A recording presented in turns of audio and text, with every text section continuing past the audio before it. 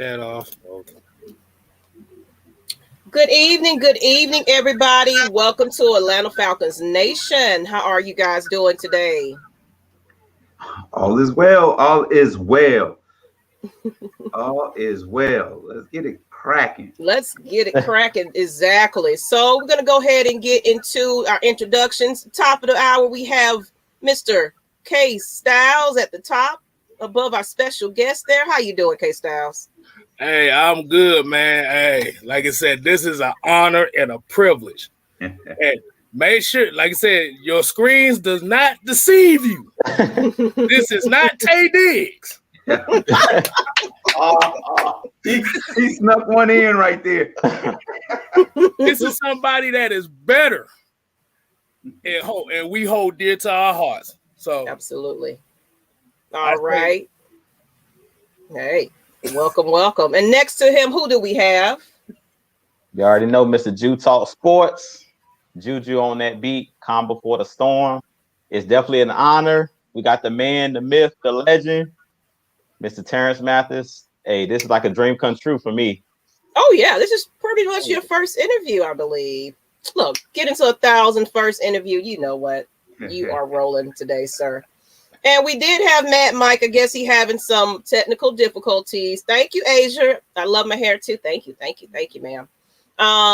But let's go ahead. The man of the hour, you know, you don't need no introduction, but just because you are you, Terance Mathis, tell us who you are. In case people don't know who you are. Hey, of course, Terance Mathis, former NFL wide receiver with the Atlanta Falcons, number 81, but number 1 in your heart. I am that dude, always will be that dude. Absolutely. We appreciate you being on today. You know, we're running behind just a little bit, people. We apologize for that, but Matt Mike will be joining in a moment. But let's get into these questions, people.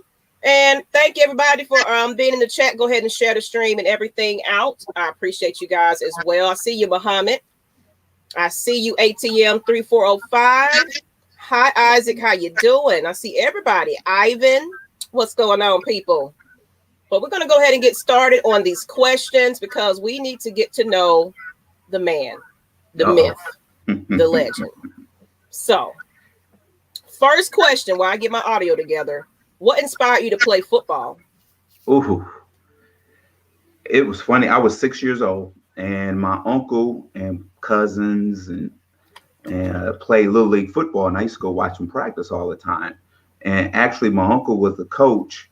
One of my uncles was the coach, and he was pretty much babysitting me. So he gave me a football. The first time I touched a football, I was 6 years old, touched the football, and I played with it for 2 hours. And right then I fell in love with it. I watched them practice. I watched games, and I just fell in love with it. It was just one of those things that I slept with a football, and my mom used to think I was crazy. It was like my child. And, you know, it was one of those sports that you kind of was pushed into. You watched it from your relatives, then you watched the game. And when I was younger, I got really intrigued with it because my grandfather and I always used to watch one game during the Thanksgiving time, and that was Ohio State and Michigan. I'm originally from Detroit, Michigan. So I used to watch that game all the time, and I was like, oh, man, I want to be Anthony Carter. That's all I wanted to be growing up. And then, you know, as you got older, you mimic some of the other guys and you know, was inspired by a lot more. Okay. And I guess speaking of, since you said that, who inspired you as far as other than your love and passion for it as a kid, what player, you know, inspired you actually? And it doesn't even have to be NFL. You mean what players? Players. It was better. It was tons of them. You know, it was from Mercury Morris. It was, you know, Doug Williams. I used to, you know, we couldn't afford jerseys or anything like that. So I used to take a white T-shirt and draw a 12 on it. And I was Doug Williams playing in the park. You know, and Eric Dickerson and then, you know, Jerry Rice as I got older. It was a lot of cats. Lynn Swan, John Starworth, Drew Pearson, Tony Dorsett. It was so many that, you know, inspired me and got me excited about playing at the ultimate level, and that's the professional level. Okay. Any guys y'all want to add to that before I get to the next question? Yeah, and Got a question for him. He hate me. He hate me. That's it.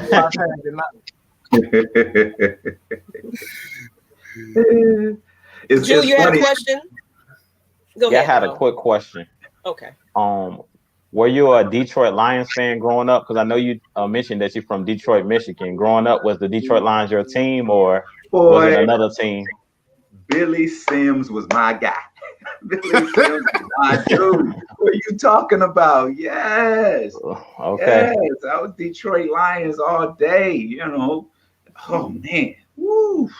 I remember I used to love those Thanksgiving games with Detroit and the Vikings all the time.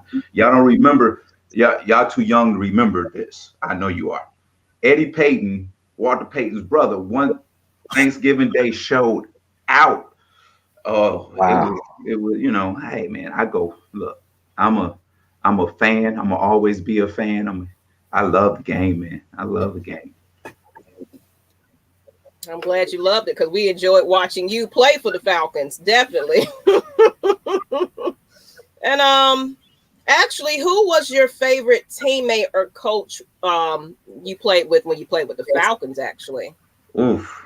See, that's an unfair question because I'm gonna make somebody mad if I don't say the right name. How about this? All of them. No. For your position, who you had to basically be side by side, as far as who you had to interact with every day as a Falcon. My favorite coach in my years with the Falcons probably was Art Shell. Art Shell was the first Black head football coach in the National Football League with the Raiders. He came over to us and he was an offensive line coach, and he was a true man. And he helped me, to stay a professional. Some of the things that he would tell us about the old days, some of the, like Marcus Allen and some of the guys that are in the Hall of Fame now, your eyes will be big and you go, wow. And he was a true inspiration, just being around him. Far as players, who I played with. I played with Andre Rison, Bert Emanuel, Eric Metcalf, Ricky Sanders, J.J. Burden, quite a few guys, But the guy that probably I complimented with the most was Tony Martin. Tony Martin, I remember him coming in from San Diego. We were roommates, and first thing he said to me, he says, "We're going to the Super Bowl. We're going to the Super Bowl. We're gonna catch 100 balls apiece. We're gonna go over 1,000 yards, and we're gonna have double-digit touchdowns." I was like, okay. And we competed against each other every day in practice. And on game day, we never worried about who had all the catches or who didn't have any catches, because we knew sooner or later it was going to balance out. And it kind of did. The only stat that I beat him in that year, and we did actually go to the Super Bowl that year, it was touchdowns. Other than that, we were comfortable. Everything else was kind of even. Okay, and then you get into the Pro Bowl that year, or what year was that? It was after my 94. It was my first season here after I left New York. I came here as a free agent, and it was my first year here at 94. I caught 111 balls. You're going to always remember this because it's your Pro Bowl year. 111 balls, 1,342 yards, and 11 touchdowns. I'm going to always remember that. That was the best season. Remember the numbers. There's a lot of ones in them numbers, I'm telling you. Number one. At the time, that was the third most catches in NFL history. So, like we said, there was always someone before someone else. But it was a fun year. I went to the Pro Bowl and I was in awe because I'm playing with guys that, you grew up watching, Jerry Rice, and, hung out with Barry Sanders. And I had my quarterbacks with Steve Young, Troy Aikman, and Warren Moon, all in the Hall of Fame. So it was an amazing experience. Oh yeah, and I could imagine that. Like you said, it's basically you're competing against these teammates or other teams, but to get together and have to be a part of the South or whichever, Right. it's kind of an honor, to kind of It play is. these people together on the same team. It So is. now a lot of things have changed with this Pro Bowl stuff lately because of COVID. Yeah. But just to have that experience then probably was awesome. And let's get into, since we are going into our draft, I kind of want to get into since you remember your Pro Bowl days, what was your experience just being drafted? Terrible. Do you remember that? Terrible. Terrible. You got to understand, I came out of college. I was a consensus All-American. I broke numerous of not only university records, but conference records and NCAA records. So I was projected to be one of the first 3 receivers drafted in the 1990 draft. And we had a big party and everything. And first round goes by and nothing. Second round goes by, nothing. Third round goes by, nothing. The day ends. And I'm going, they take it off the air, but this draft is going on. And I keep getting phone calls from my agent and people are calling him, but nobody's pulling the trigger. I left that evening and I was distraught. Then I got mad. I got really, really, really, really mad. And all I said is, I said, Lord, just give me one team, just one team. And I promise you, I'm going to play my butt off for that team. And the New York Jets called me on the second day. And I played 4 years with the New York Jets. I got drafted in the 6th round. This is the amazing thing. There were 17 other receivers picked before me. And out of those 17 receivers picked, maybe one has more catches that I've had in my career. Maybe one has only played more than 6 years. And then the 19th receiver picked in the draft was Shannon Sharp, who would turn into a tight end and is now is a Hall of Famer. So it was funny because we were sitting there at the combine on the floor and we kept saying, we're not going to run fast. We're not going to run fast. We didn't run fast, and that's probably why we didn't get drafted as high as we should have. But, look, I played with a chip on my shoulders for 13 years, and, finally it's going down a little bit. That chip will always be there. You know that because you are a definite legend. It's there because, you got to understand the mentality that I had was, coming out of college, that they were telling me, coming out of high school, they were telling me I was too small. I wasn't tall enough. Those things wasn't big enough. I remember a recruiter pulled me out of class. He loved my film, and he said, "You're gonna be a great player, but you're really too small to play in the SEC." And that was the University of Tennessee. Oh man, I cursed him out in my head. I didn't say it out loud. I didn't want to be disrespectful. But the ironic thing was I got a chance to play Tennessee my sophomore year in Knoxville and put on a show. I tried to find that coach after the game. I couldn't find him. But, every time I had an opportunity to play against the SEC team, I wanted to break a record or establish who I was as a player.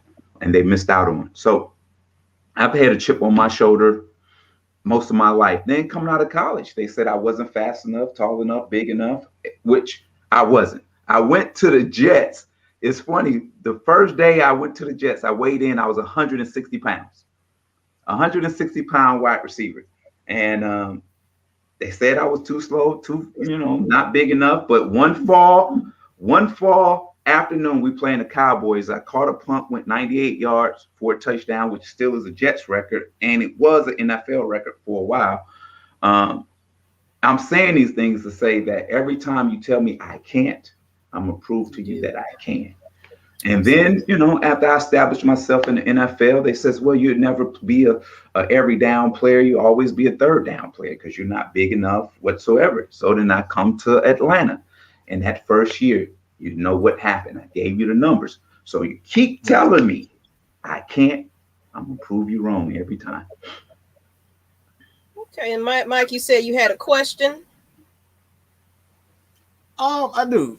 I kind of go back to what he was saying about this is a question that it wasn't necessarily on the list, but this is something that we actually did an interview with Reggie Kelly. We did an interview with Reggie Kelly, and Reggie, he gave you a lot of praise, and basically he was saying not only him, Chuck Smith, Reggie Kelly. Like one of the things that they said they admired most about you was your ability to just find a way to get open. Somehow, some way, you always found a way to get open. How exactly? Because this is something that, like, we got guys that can run a 4.2. You seen the combine numbers these days. Yeah. How in the hell did you get open when you were so slow? How did that happen? It was film study.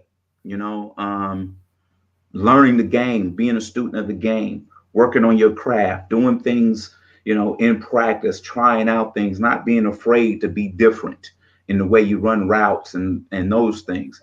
And the way I studied film was second to none.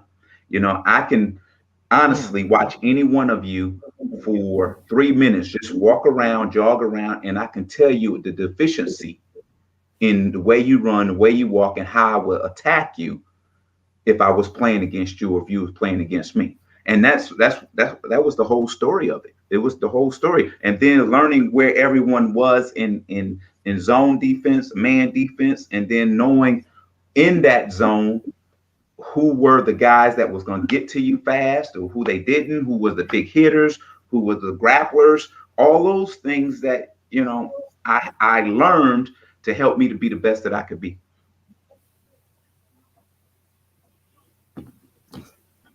Can I throw a second? I want to throw a second question to that, because that right there is something I find interesting. We're talking about a guy that studied film, but there's things in the NFL right now as far as the receivers are concerned. Like what? And you may have just answered the question, but what about the receivers today? There's something that you see that they don't do that you guys did in the day.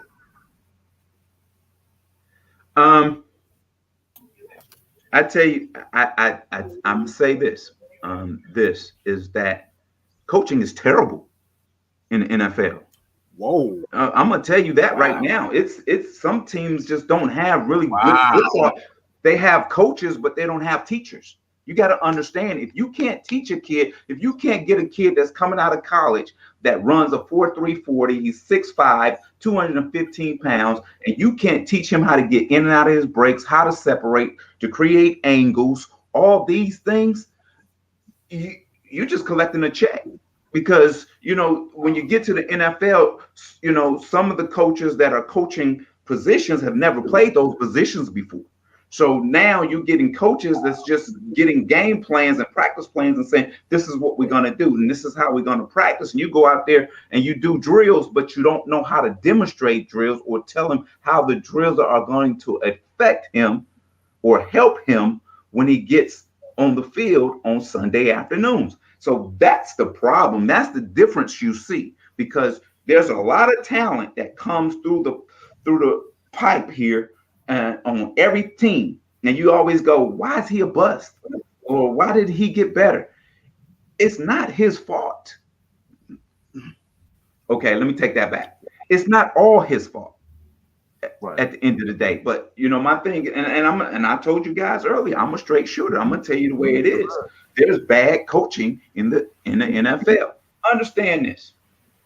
When you get to week 14 and 15, and you have 60% or even 70% of your NFL teams vying for a playoff spot. What is that? What is that? And I'm not talking about with teams that's got 10 or 11 or 12. I'm talking about teams with 6 and 7 and 8 wins. What is that? That's parity. Mm-hmm. That's parity, and that's what the NFL wanted. That's what it's come to, because I'm gonna say it again. When you hire your friends, or when you hire with nepotism, that is what you're gonna get. Yeah, that is what you're gonna get. Absolutely, because they do seem to kind of fill in rosters and positions, and coaching positions based on, like you said, friendship. Man. If you worked with this person before, let's bring them back on over. Let's do it again. Mm-hmm. That doesn't change anything about the concept after the fact. You failed this the first time. What makes you think coming back to get on a whole nother team with a different game plan is going to change anything sometimes? Since we're talking about coaching whatsoever, I'm going to segue into this. You cannot tell me there's a league that's 70% black players, African-American players, and it's been that way for almost 20 plus years. It's been that way for 20 plus years, and we keep seeing the decline in black head coaches in the NFL. That's strange to me. And then you hey man, this man got AK-47. Hell with the heck, man. You coming? This is what you tell us. This is what you tell us. Well, you need to coach at some level, high school.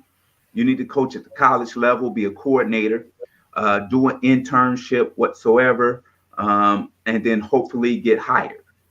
Be quality control whatsoever. So my 13 years. My Pro Bowl status, my All-Pro status, it plays against me because I didn't do all those things. And this dude who played high school football and been an intern and been a do-boy for so many years, all of a sudden he gets going, gets upward mobility. And then you weigh him against me because he has 13 years of coaching experience, or he's been in the NFL for 13 years. Well, I played for 13 years. Don't that count for something? That's against us. That is really against us. And you know what? It's a crying shame. It's a crying shame. It is the way it is. But let me tell you something. The Tampa Bay Buccaneers have shut everybody's mouth. It's a copycat league. All their coordinators, special teams, offense, and defense coordinators were African Americans, and they won the Super Bowl. So you still say we can't coach? You still say we can't coach? Okay. What's the excuse? What's the excuse now? There's no excuses. There's no excuses. Okay. Hey, I'm about to. Hey, look, I'm about to say, boy, you about to make me reach into my wallet and give you about $5 on that one. I'm telling you. Y'all silly, man. Hey. Atlanta Sports Unlimited. Please go check out that channel. You're going to get a lot of hot takes at that channel. Exactly. Hey, look, I was about to say, when he was talking about them coaches, boy, I had to hold back. Hold on. You know what? Listen to me. At the end of the day, I get it. It's going to upset some people. It may even upset some people in the Falcon organization. It may upset some people, but that's okay. Guess what? I'll be 54 in June. I've been trying to get a job for 12 years in NFL, and it looks like it's not going to happen. So guess what? I don't care. I don't care. You do what you're doing right about now. Anyway. You're not going to hire me anyway. So what? So let me tell you what I think, how I feel. So absolutely. Yes, so definitely go follow his platform so y'all can follow him. He gives his takes. But the thing is, I didn't say any names, so I'm good. And you did it. We got this. Look, this is, we don't do that here, man. What stays here stays here. Okay, if they want to come, they want to see what Terance said. They got to come to Atlanta Falcons Nation. They got to go Atlanta Sports Unlimited. Go check him out if you want to hear from him. All right. So we don't do all that. Kstlyz, you had something? I know you've been waiting. I'm throwing the jazz fingers because he did.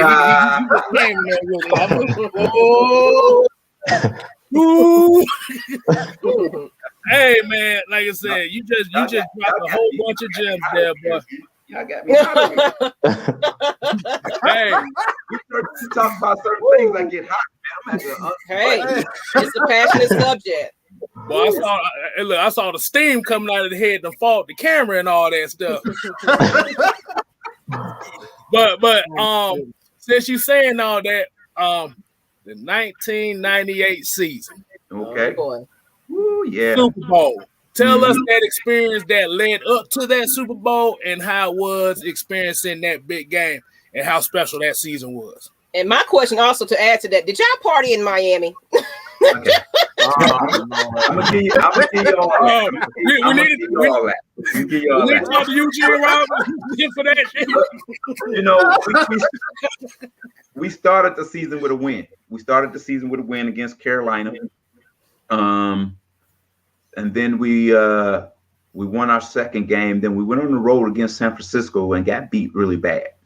And it was one of those things that, you know, it was like we can't win them all. That's the way we felt. We can't win them all. So we were 4-1. No, we were 3-1 going into New York to play. No, we were 4-1 going into New York to play the Jets, and we got beat handedly against the Jets. So I remember this is where our season turned around. We got in the locker room and everybody was down. Chuck Smith went off and says, "What do you know? Wait, hey, season's not over with. We're still 4-2. You know, it's not over with." It's not over with. We went crazy and everybody started high fiving each other and said, "Let's finish strong. Let's finish strong." And as you know, we rolled after that. We went on a roll after that, and then we get into the playoffs. We beat the San Francisco 49ers the second time we played them, so we knew we possibly was going to see them again in the playoffs. So we get them in the playoffs at home, and it was that feeling of we're not going to lose. We're not going to lose, and we had that cocky confidence going all the way through. We get to Minnesota, we play in that game, and we were down. We were down in that game, and where that game turned around was right before half. Chuck Smith got a strip sack, recovered the ball. Next play, touchdown pass to me, and now instead of being down 20-something points, we were down 18 at halftime, and then we came out in the second half and we took it down to the wire. And you know, unfortunately, their kicker missed a field goal, gave us a chance, and we drove down and won the football game. So man, you talking about a magical season. You talking about 53 guys who just loved each other. When I say we loved each other, we truly cared about each other. We trusted each other. We trusted the coaching staff. See, that's the difference between champions and non-champions. There's trust has to go on between players and coaches and players. If that does not happen, you're not going to win a championship. And you may get there, but you may not win it. So we go into the Super Bowl. That week was we did some things uncharacteristic of the Atlanta Falcons and the Dirty Birds. And it kind of took us off kilter a little bit. We get into that game and it was kind of funky situation. And we had chances to score touchdowns, kick field goals, and be in the game. And, you know, and we threw interceptions when the guys were open. So we partied a little bit until Wednesday, because Wednesday was curfew time. So we got there on a Sunday. We partied all the way up into Tuesday night. And then curfew started Wednesday on out. I'm listening to this part because yeah, I know. I was good on that trip because my wife was there with our newborn. My mom was there. So you had to act right. Yeah, I had to act right. My mom was there. My sisters were there. My aunt and uncle was there. So my grandparents was there. So I was on. But you know, and I know what you're alluding to. It was unfortunate. The Eugene Robinson thing happened. It was really, really unfortunate. It, you know, for a guy that is loved by so many and an inspiration to so many and been an influence to so many. it was something that, hey man, we all are human. We fall. We fall. Absolutely. The thing is, we is, trying to get him on the show. Shoot, we fall. love we that get boy. back up. We fall and we get back up. Absolutely. Let me tell you something. I would never blame Eugene Robinson for a loss of a game because one man does not win or lose a football game. It's a team effort, definitely. I still love him like a brother, and he knows how I feel. There's some teammates still hold resentment against him, but I can't, because at the end of the day, we've all made mistakes, and we all want to be forgiven for our mistakes. And who we can blame for that? I'll blame that. I remember this game like it was yesterday. It was right before we started to play. The Denver Broncos was doing the dirty bird on the field. I don't know if you recall that. But it was the whole headline, and they was doing the dirty bird. I was like, look at them mocking us already. Well, I felt like that put a damper on our spirits in the beginning. I'm gonna spill the tea right here if you've never heard this story before. So Wednesdays, when you go into practice, is usually the game plan day. That's when you practice the game plan leading up to Sunday. So the defensive game plan, special team, offensive game plan. So when we get the offensive game plan on Wednesday morning meetings, I'm sitting in there and I'm looking at it. I'm flipping pages, and I don't recognize anything on the page. And I'm going, what the hell is this? And receiver coach said, well, this is what they we're gonna run this week. I got up, true story. I got up, ran into the offensive coordinator room where the quarterbacks were, and asked him, I says, what is this? What is this? We haven't done this ever. What is this? Even Chris Chandler was like, I was mad. So we're going to play the biggest game in Atlanta Falcon history. And here it is, Wednesday, Thursday, Friday. We had 3 days to get really good at something we haven't done all year. I knew it seemed like you guys were kind of just... We were off. You can see. I was definitely off. Yeah. The same thing, defense did the exact same thing. So you got your defense and your offense trying to perfect a game plan that they've never done before the biggest game of Falcons history. Why didn't we do this, put this in the bye week, the week before we got to Miami? Then we probably would have had it down pat going into the week of the game. But that's what happened. And look, even Dan Reeves even admitted and apologized for that. So, I'm not saying nothing that's not true. So you have those things, and then you have the distraction, and there was the downfall right there. Yeah. I should have had a Marty trophy sitting right here for y'all to see it. But you guys were still the best team that year, though. Gosh, it had to be Dirk Cutter. Dirk Cutter had to be your offensive coordinator. I'll put that right there. I know. Change what works. Exactly. Yeah. Hey, so only question I would have to ask Eugene Robinson about that situation is, this chick better been at least a 9. No. Well, you know what? The thing is that the charges was dropped. That's the main thing. That's good. The charges was dropped, and my thing is I don't like talking about it because it's not my story. Exactly. And it's not my situation. He would have to tell you everything about it. I know what happened, and because I have talked to him about it, but it ain't my place to tell you the whole story. It's his got a connection, if y'all still communicate, tell him Atlanta Falcons Nation would love to interview him. Sure Just throwing it out there. Correct stuff. Like we're not politically correct.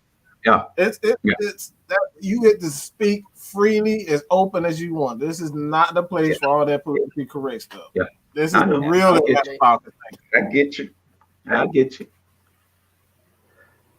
What else we have? Sports, Jew Talks, what you got going on? And I have a couple of more questions. We're going to get into these current Falcons in a moment. Okay. But go ahead, and Jew, what you got for them? That's what I want to ask about. I want to ask about these current Falcons because he is straight student. Let's do it. So I know that he's not going to gloss over it. What is the biggest problem with our current Atlanta Falcons? If you want to take it back to last season, what's our biggest deficiency? What do we need to fix with this team? Do you feel like Matt Ryan is one of our problems? Because our fan base, for whatever reason, thinks that Matt Ryan is one of our major issues and that we need to draft one of these young quarterbacks. So I want to hear it from the man himself that played the game. They don't think we know anything. Me, Mad Mike, and KSTYLZ and Miss Maggie, we just fans. But we need to hear it from the man, the myth, the legend. What is the problem with these current Falcons? Why are we underachieving? Because we got way too much talent on this team to be going, what, Good 4-12? I already know his head went straight to the ground. I already know what he's about to say. let me ask you this. Well, let me say it this way. If I score 35 points and you score 36, who wins? I knew it. I knew it. So you keep saying, but see, we want to blame Matt because even though that team scored that 36 point and we get the ball back, we want him to win the game. And when he does not win the game, it's Matt's fault. Right. Understand this. In every football franchise, only two people get wins and losses. That's the head coach and the quarterback. You never heard us say Julio Jones is 4-12. No. You never heard it. You never even heard Arthur Blank is 4-12. No. Right. The coach is the head coach and the quarterback. That's where wins and losses come from. But let me tell you this. This is what I see with this Falcons team over the last 3 years. Is this, they kind of went on this brotherhood thing. But who was the big brother in the brotherhood? Boy, oh my God. Who was the big brother? Who was the big brother in the brotherhood? Oh my God. Oh, we've been saying that. It's brotherhood, but there's got to be a big brother, or there's got to be 2 or 3 big brothers. Absolutely. That's saying, come on, follow me, jump on my back, let me lead you. Come on, I got you, and when I'm down, you got me. But I kept hearing this. I kept waiting. Nobody, no accountability from nobody. And you know what? You know what though? The thing is that I'm not faulting anybody with this, but at the same time, I always say this in every meeting room. So you got your offensive line, defensive line, linebacker, so on and so on. Everybody got a meeting room, right?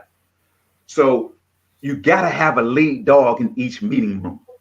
When I say a lead dog, you got to have that dude in that meeting room that don't stand for laziness, lack of intensity, and shows you the way to practice, the way to prepare, and the way to play every week. So every young guy that comes in that meeting room is going to say, oh my God, I'm in the NFL. I got to be like this. So he's going to work his tail off to compete against that lead dog, to stay on that lead dog's hip. And when he's on that lead dog hip, guess what? Everybody wins.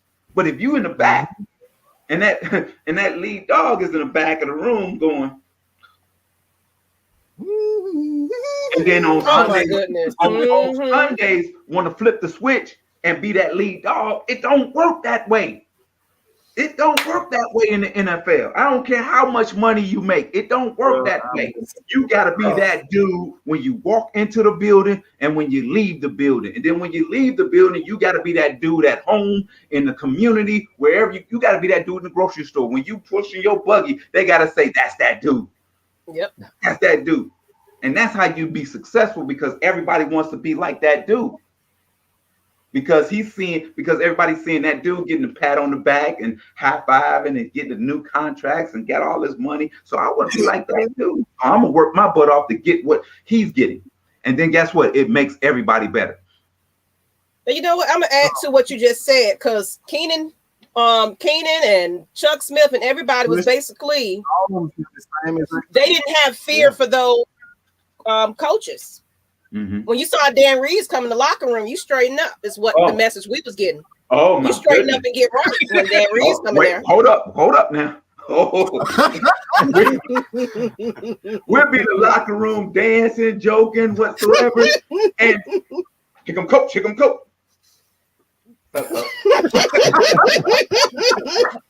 a minute. Not only that, you picked up around your locker, your helmet, and everything. So everything is straight. He was attention to detail. Our helmets never hit the ground unless they were on our head and we were hitting the ground with them. It was never on the ground in practice or on game day. We always had our helmets on or in our hands. I mean, it was attention to details. Everybody had to look the same in practice. If you had on black socks, he sent you in to put on white socks. That's the way it was. If you didn't have pads in your pants, he sent you in to get pads in your pants. He says we all gonna look alike, we're gonna dress alike, and we're gonna play as a team. And that's how it was. It was, even though we had individual characters on the team, we still was a team. Mm-hmm. I'm about to say, you sure you wasn't a preacher after you retired? Got me putting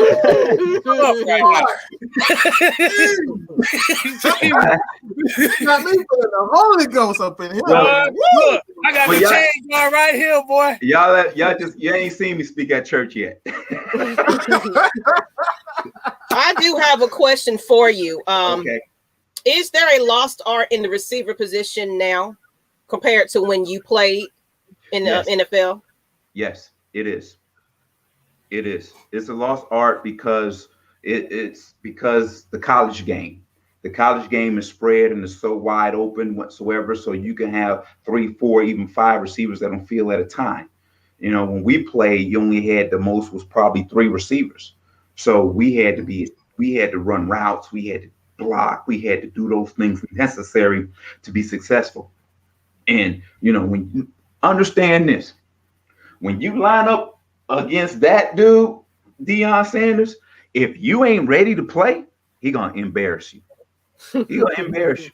You know, I tell you, the game, the routes, the offensive game plans that are implemented today in the NFL really don't cause for receivers to run routes 90% of the time. You get open, you this and that, but you know, it was a time where there was a time where if I'm lined up and first quarter I may have 2 or 3 catches.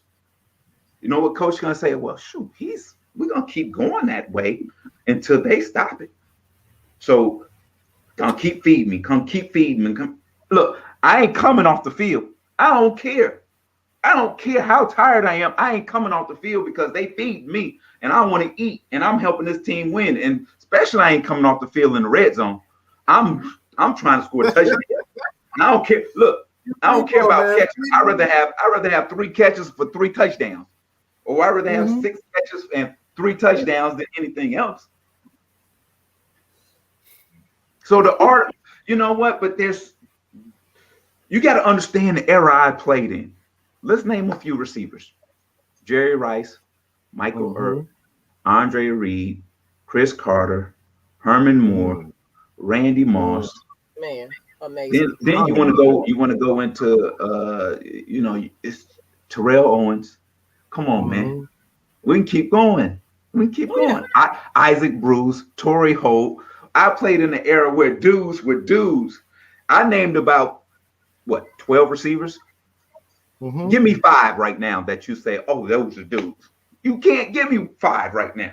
You're gonna have to go. I rattled off 12 just like that. Andre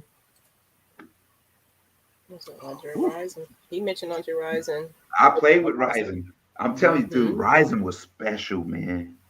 Y'all don't understand how special he was. He was so quick and deceptive, man. He ran some beautiful routes. He had the best hands I ever seen. Those were amazing years. I'm not gonna lie. We haven't got back to that type of football in a long, long time. I do miss that era. I definitely do. I think that you guys was a great team. That was fun. Going to that Super year. It was fun. I said something last week on that I asked the fans. I said, "What do you want?" I said, "You guys are spoiled." I said, "You want celebrities as football players, so you don't care about." I said, "Do we care about wins or losses, or do we just want a guy that so we can say that's our guy?" You know, it'd be nice if we get a guy and say that's our guy and we win games with our guy. But you know, we were spoiled starting back with Dion. I said it last week. Starting back with Dion, then it went to Michael Vick, you know, Jamal Anderson, and then so on and so on. Now we in the era where Julio Jones is banged up more than he usually is, but he's still that dude. When he's that dude. You know what I'm saying? I literally tweeted those words out. Understand this. Oh. If you wake up on Sunday morning, who do you say you're going to see play at Mercedes-Benz Stadium? You say, I'm going to see the Falcons. Yeah. Who do you say? Do you say I'm going to see Matt Ryan? Do you say I'm going to see Julio? Debo? Grady? We're going to see the Falcons play. Who do you say? But guess what? When the Ravens fans wake up in the morning, guess who they say they're going to see? Lamar Jackson. I'm going to see Lamar Jackson. I'm going to see Lamar Jackson. Oh my God. I'm telling you.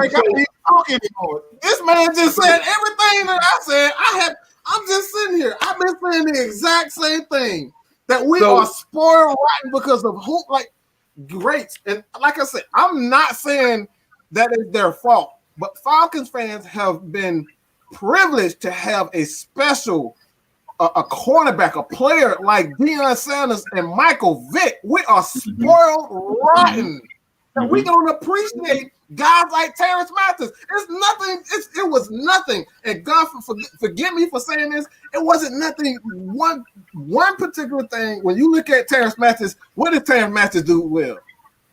You can't really say it. All you can say with Terance Mathis is he just got the damn job done.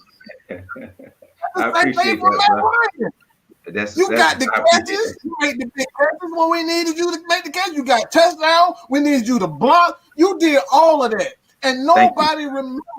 Like, not saying nobody remember. The real Falcons fan know who Terance Mathis is. It was Terance Mathis. Okay, let's be real. It was Terance Mathis, and then Roddy, and then came Julio. So you're gonna always be the number one. We're gonna always be the number one receiver in this franchise history, bar none. Period. Okay. Thank you. Thank you, man. I appreciate it. So that's why he's number 81.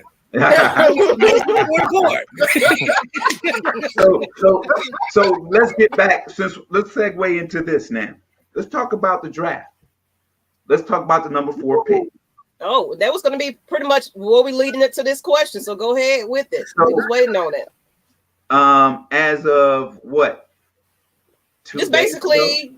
2 days ago, that number 4 pick is not attractive as it used to be because of what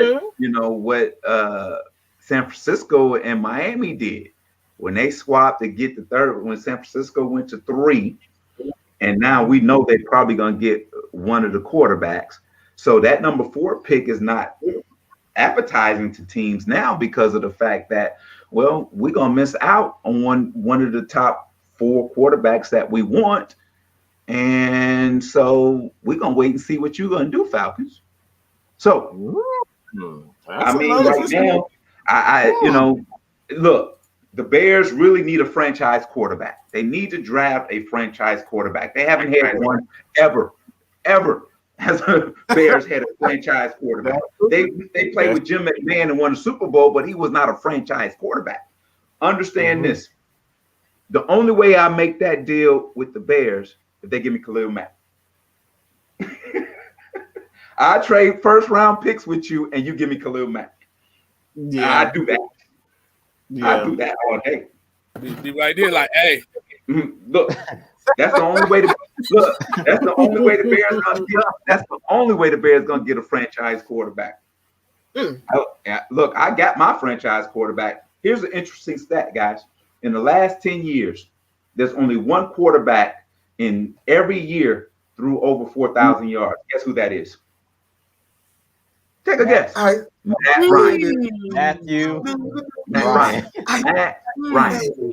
And let me tell you, Brady only did it 4 times. Aaron Rodgers did it 3 times, I think it was. Yeah. And there's nobody else closer. I'm telling you. And you want to get rid of this guy? Why? Okay, yeah, he's getting older, and it's yeah, I get it. It's time to kind of get his. It's time. I get it. Let's see. First, let's see what happens under this new regime.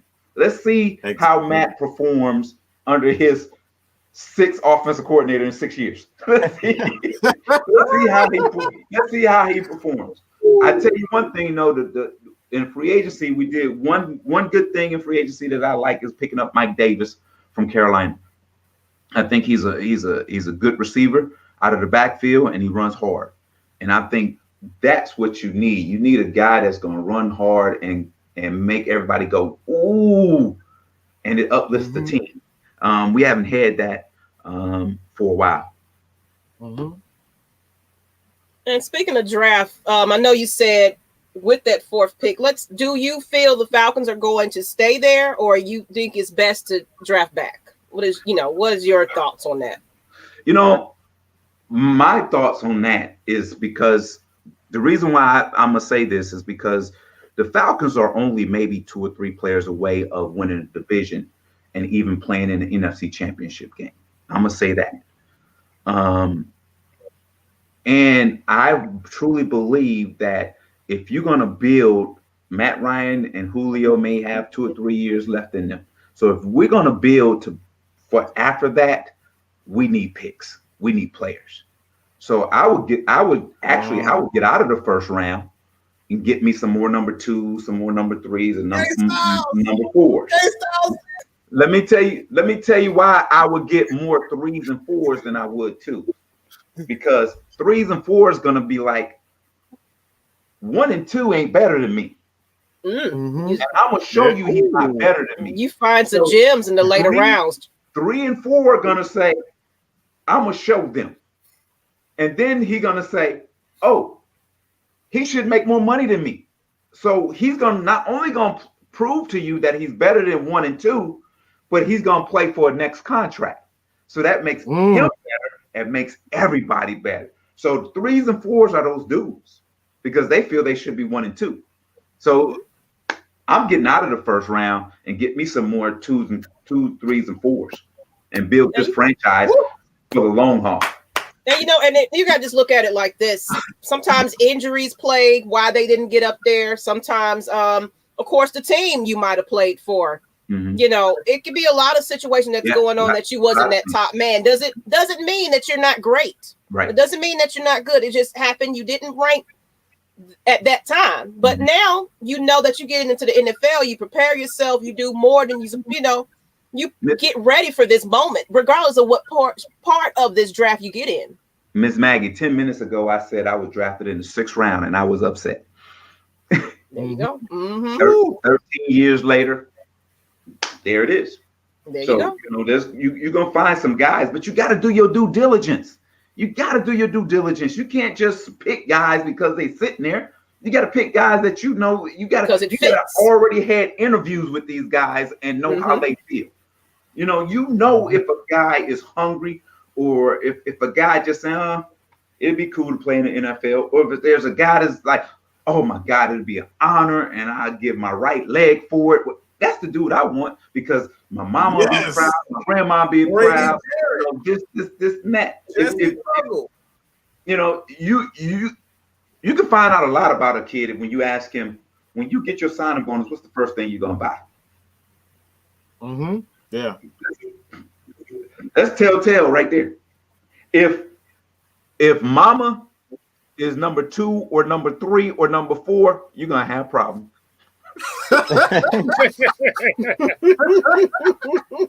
Right. Absolutely.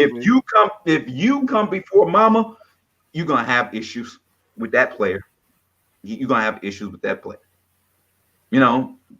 Some kids grew up middle class family, upper class family, so they're fine. But a lot of them have not. So it's like, mama, you done seen mama make magic with some rice and beans. You know what I'm saying? With some tuna helper, huh? You done seen that. So you want to make sure mama okay first. I'm gonna be okay, But Mama, I seen the struggle. Let me do this for you. That's right. Jew, talk. You got something?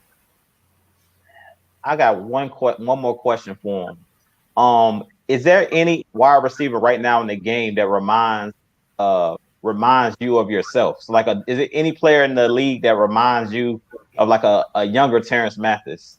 Does anybody emulate your game in today's game? Calvin Ridley. Wow. Calvin Ridley. If you watch Calvin Ridley is probably one of the best route runners of a young receiver I've seen in a long, long time. He was small like I was when I first came into the league. I think if he gets to the weight room, put on maybe another 5 or 10 pounds of muscle, it will give him more confidence of catching the ball and getting yards after the catch. You see what I'm saying? Yes.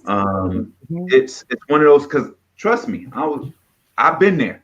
I've been there where you're the smallest guy on that field and you got a 225-pound safety coming downhill. It don't feel well. But once I got in the weight room, I got bigger and took the mentality of I'm gonna hit you before you hit me, they wasn't coming down as fast anymore. Yeah, because we saw a lot of moonwalking from Calvin Ridley, so I'm glad you broke that down. Oh, wow. I'm glad you broke that down. Wow. Because I've been critical. Of Calvin Ridley. And this is the reason why I said I've been critical, and he may be on the chopping block. Now, I'm not saying that I don't like Calvin Ridley, and I'm not saying I'm not support Calvin Ridley. But when you look at what Arthur Smith, you look at his scheme and what he likes to do with his receivers, he likes to call a lot of routes that, requires receivers to go across the middle. Right. And Calvin Ridley is one of those guys, like Matt Ryan has thrown a lot of bad balls and interceptions, thrown to Calvin Ridley because Calvin Ridley doesn't really want to go over the middle. So do you what I think you already, kind of answered that, but what do you feel as though he needs to do to kind of, get over fear of going across the middle? That's something that you can't get over. He need to get smacked one time, pow, and get up, shake his head, look around, and say, "I'm still alive." That's all it takes, man. You laugh, but that's all it takes. All you have to do is get smacked one time, catch the ball, get smacked, get up, and I'm good. On my faculties is here. Okay, I'm good. So now you're not afraid anymore. That's where I made my money, is between the numbers. I wasn't no sideline guy. I wanted the reason why I like between the numbers, because I knew I was quicker and faster than every linebacker and every safety. So I knew once I caught it, I was on my way. And I see a lot of people want that question again with the 4th pick in the draft. Who should you select? I think he already answered that, didn't he? But if you want to go ahead and address it again. We go hypothetical here. If I'm the Falcons and I'm gonna keep that 4th pick, there's 3 guys I'm looking at right now. The 2 defensive ends at Penn State and the defensive end at Michigan. Those are because at the end of the day, we need that type of player to help put pressure on quarterbacks. Now, you go, well, you've said before you wouldn't pick an edge rusher. Yeah, I said that, but I said if you're going to pick at 4, that's what you're going to have to do. Now, when you pick a guy that high at that position, that's just like paying an offensive tackle and a quarterback. So do you have the money to pick an edge rusher that high? That's the question. That's why I said I wouldn't pick an edge rusher that high, because of the fact that you don't have the money to pay a guy like he's a quarterback or offensive tackle.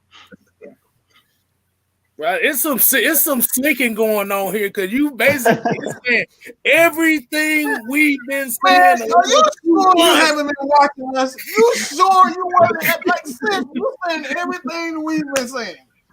Good crazy. But see, this is the thing, man. This is the thing. And I tried to put you in a position as if I was a GM and we were sitting in a boardroom and we're sitting there, we're trying to figure out what we're going to do with that 4th pick. If we can't get rid of that 4th pick, like we want to and get what we want for it, I'm gonna have to go out and get a dude that's gonna make an impact for us defensively, and that's a defensive end. And that's what you have to do. I'm all about defense because give us a couple of more pieces on offense. We all right. Yeah. It's that defense that scared the heck out of me. Yeah. Because going to that fourth quarter every time. Mm-hmm. Well, the offense getting restless, the defense getting restless, and look what happens. I'm telling you, this is. If I'm sitting there, I'm going, okay, I'm taking Debo with all his speed and plus his size and his quickness. I'm playing him at outside linebacker because he can cover a tight end and run it back out of the backfield, and plus he can rush the passer. He can get there. So I'm going to get a bigger body that's going to fill the gaps on run game whatsoever and get tackle to tackle to make plays. I'm getting that thumper, boom, boom. And I got another guy on the other side that's at linebacker that's going to make plays. So now you got the guy. If Davidson from Auburn that was hurt all year, if he comes back, you got two big old guys in the middle that's going to be stout, that's going to put pressure up the middle. Now you got two guys on the edge. Now what you need a safety. You need a safety that's going to come down in that box, and if that linebacker miss, he's right there. And then you got to have that big rangy safety that can go sideline to sideline. It's sideline to sideline, never gets over his head. And if anything tries to get over his head, he's going to hit somebody in the ear hole, even though it's illegal, hit somebody in the ear hole and say, don't come this way no more. So, that's how you build your defense. You got to build your defense through the middle, from the middle going all the way back, from your D tackles to your middle linebackers to your safety, because you're going to find perimeter guys. You can find perimeter guys. You can shake a tree and find perimeter guys. But those middle guys, they're hard to find. Mm-hmm. And Terance, we have you on. Well, it's been an hour, so we're going to ask you now. How much longer do we have you, or is it's an hour enough for you? Let us know how long, because everybody's loving you right about now. So well, my wife don't get home to 10, so I got time. Well, we won't go that low. But I mean, hey, if the fans are still here, shoot, they're excited to have you. So thank you. Yeah, I mean, no questions are off limits. If I don't want to answer anything, I won't answer. But everything else is let's go. All right, free game, people. You see that? Put some questions in the chat, and I think we got a couple of that we also have sent you before. Okay. What were your thoughts on Matt Ryan's contract restructure? Compared to who you felt maybe needed to be restructured in replace to that. What are your thoughts on it? I always said don't do it. I said from the beginning, don't restructure his contract. Just let it play out, because if you just let it play out, you're not going to be in debt if you have to get rid of him. Not as much debt as you're locked in for the next 2 years, because you restructured. You're still going to be, if you release him next year, you're still on the hook for $25 million. And if you wait for the year after that, you're still on the hook for about another $28, $29 million. So why restructure if you're going to stay on the hook with all that money? So, and just let it play out and see how it happens. And that's the same thing, but I'm speaking as if I got Matt Ryan money. I don't ever want to speak for him, because it's money. And I ain't never put my hand in nobody else's pocket. So I'm just saying, this is if I was the GM and I'm looking at it whatsoever, but you had to do it because you were 25 million, almost 30 million over the cap going into free agency. So you had to do something to get that number low to even go out and sign guys to 1-year deals. And that comes from the bad contract deals we were based from the old regime. Those bad deals that we was putting out there. You got to blame. Why you smiling? Let's get it. Hey, I want to get into this question. Well, this is the thing. This is the thing. You knew after that Super Bowl year that this was coming. You knew that. But But you gave your quarterback 100 million plus. You gave your star receiver all the money, and you gave your defensive tackle a lot of money. You redid Debo, and the thing is, you knew this was coming. Well, you knew it was coming, but you didn't set yourself up for it. It's one of those things that you panicked. When I say you panicked, you said, if I don't get this thing done, we're going to lose these guys. They weren't going anywhere. They were going to be Falcons. They want to be Falcons for life. They wasn't going anywhere. They was going to, what they did was they told you, I need this, or I'm going to play this contract out and get in the free agency and go elsewhere. Okay. Do it. But I'm speaking on GM. I'm speaking as Terance Mathis, GM. At the end of the day, people don't like it. The Falcons got to do what's best for the Falcons. And then on the other side of it, the players got to do what's best for them. So that's what, when you get that button of heads right there, because the Falcons think, the players should think, you should be loyal to us because of this. You're with us. We've taken care of you financially for the rest of your life, so you should stick with us. And the players are saying, hold up. If my productivity goes down, you're going to find a way to trade me, or you're going to release me, or when I become a free agent, you're not going to sign me back to the team. So I got to do what's best for me. So that's why we go back to trust.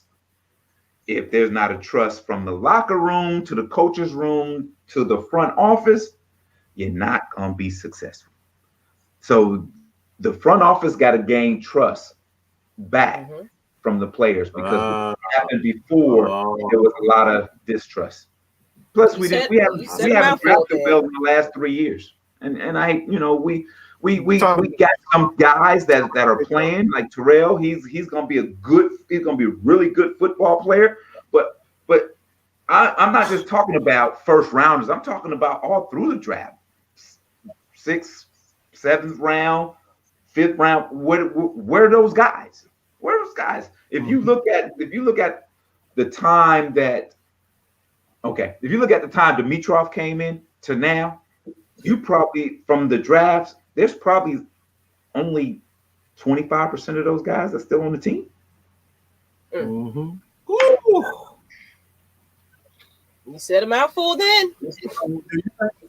I got this question for you, since we kind of, went into that. It's like, do you think it was more of an issue with the front office? And I mean the scouting. And scouting, it essentially starts with the GM and his team, and the coaches. They have a say. But what are your thoughts on Thomas Dimitrov? You think he had a clear vision? You think he was ready for that job? For what? I don't think he was ready for the job. I think he was well over his head. I thought they got a guy who was up and coming, and he wasn't necessarily ready for that job. And he got over his head and started making picks and panic moves that didn't pan out. Well, at the end of the day, I think he did the best that he knew how to do. How about that? I'm not going to say he was terrible. He was over his head. He did the best that he could do, and he did what others wanted him to do. You got to understand now.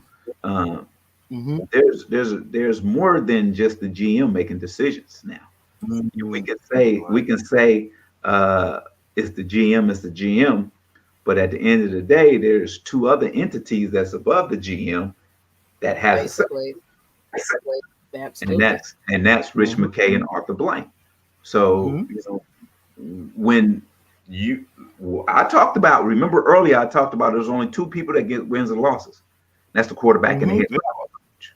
But at the end of the day, if you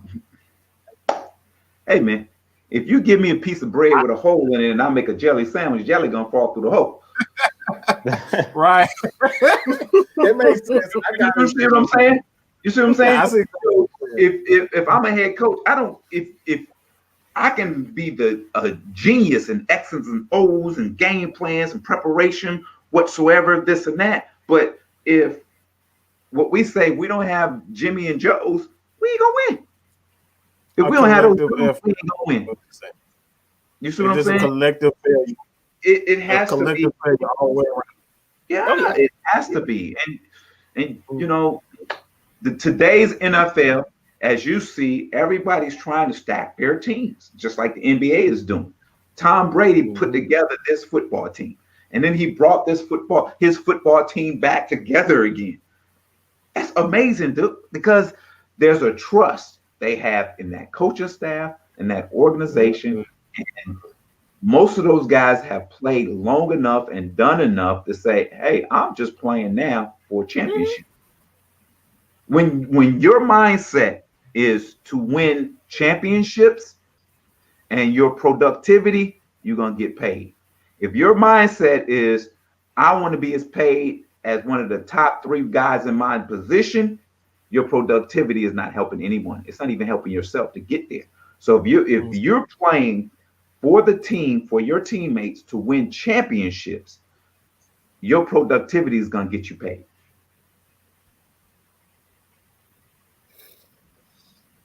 Man. Why so quiet, man? Why so quiet over here? Hey, man. Wait a minute. Did I not warn you before we went on air? Oh, yes, you did. Man, we don't know what else to say at this point. You pretty much done said it. We over here just loving what you got to say, so we letting you talk. Tell them we quiet because we've been saying this show after show, and our fans are hard-headed. We've been trying to tell them, but we glad to hear. We glad they're hearing it from you. So now when we say it on repeat, they can't say nothing. We've been trying to tell them that Ryan is not the problem. We've been telling them that coaching matters. All the stuff that you said, especially what you said about coaching. And I have one question that I want to ask you, because this is something that I was kind of pushing on my channel.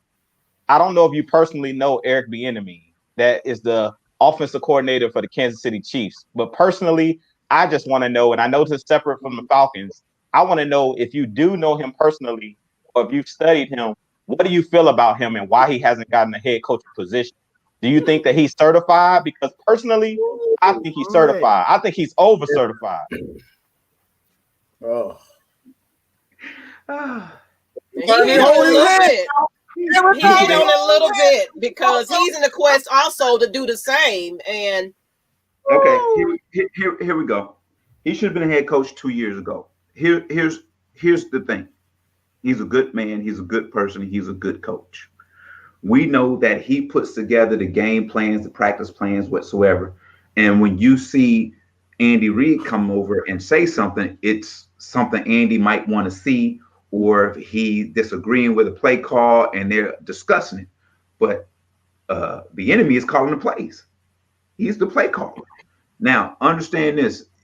You know, when he went through this interview process, somebody came out and said, well, I heard he interviewed terrible. He's not a good interview. I saw that. And I go, okay. And then during the playoffs, they had him on, I think it was NFL Live speaking, and he gave me chills. I said, that's a head football coach right there. Mm-hmm. Let me tell you the problem here. Oh, man. I'm listening. If a man comes in a locker room and can identify with every player in that locker room, no matter what color, race, religion, whatever it may be, and he can gel with these guys and help these guys to be successful and have longevity because he's mentoring them and teaching them, guess what? He ain't going to be over these men. He's not going to be over these men. Mm-hmm. He's not. In today's game, they just want you to be a head football coach, not a mentor to these men. They just want you to come in an office and they want you to gain their trust without you even having relationships with them. And that's a problem because most of these, well, not some of these men grew up with no fathers. And now they looking, I'm playing at the highest level, and this man is my football coach at the highest level. So I'm going to respect him. Everything he says, I'm going to respect. I'm going to do because I haven't had that in my life. And he's going to help me stay where I need to stay and be who I need to be as a professional and as a man. So when that does not happen, that's when the trust leaves. Now you got these athletes looking and saying, I don't want to be here no more. I don't want to be here. This is not a family. You preach family, but this is not a family. I can't even talk to you. You don't even understand where I'm coming from. Think about it. I just told you the league is 70% black and NFL coaching staffs are 70% white. Maybe more, 80% white. Who are they relating to? Who are these players relating to? The street still, social media still. Oh yeah, there's a lot of players still caught out there in that bustle. Look at who is it? Pac-Man. Mm-hmm. Pac-Man just stay in the world of trouble, and he's my alumni. You know, and that man, and like you said, it's not a lot of role models right about now. I've had conversations with him, and he's a good dude. Yeah. He's a really good dude, but we don't take the time. I say we, because I'm a former player, but I do it as much as I can. We don't take the time. The problem is we want to train these men to say we train them and make a little money off of them. But we don't want to mentor them and tell them, this is what you need to look out for, and tell them, look, if you knew my story, you will understand why I am the way I am today, because it ain't been easy. I've made some mistakes, some missteps along the way. I've done some things that I'm not proud of. So I've lost money on stupid things and you know, and investments and all that stuff. So, but I learned I had to go through this to be who I am. So when I get an opportunity to speak to a young man, we sit there, when I train him, we sit there for about 15, 20 minutes. And I'm just telling him, this is what this is what's going on. This is what's going to happen. This is who you are from now on. And you got to live up to that. Mm-hmm. You know, and if we're not doing that, we're doing them a misjustice. We are doing them a misjustice. And someone asked me, did I go to Westlake? Yes, I did graduate from Westlake. So I definitely knew who Pac-Man was. But because his back, you know, how he was then, you were in the NFL, like you just said.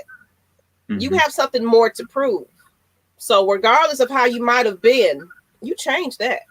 Mm-hmm. You changed that because somebody is paying you for this opportunity to be where you are, where you want it to be. Because I remember he was playing basketball. You know, he was doing a number of things. Mm-hmm. And I guess he found his calling in football. But 03. I came out in 03. But we need mentors. You are absolutely right about that. Mm-hmm. They do. It's your occupation. I mean, it's your job. You know, it's a kid's game, but it's still your job. Mm-hmm. You gotta understand, it's your job. It's your legacy. And I ain't talking about your legacy in the game. I'm talking about the legacy with your family and your children and your grandchildren, your great grandchildren. That's, you know, you can't get it. You can't get it mixed up. Now it's almost like if you was working 9 to 5. It's your job. There's certain things you have to do and the way you have to be to keep your job, because they give you right away. This is what we expect of you.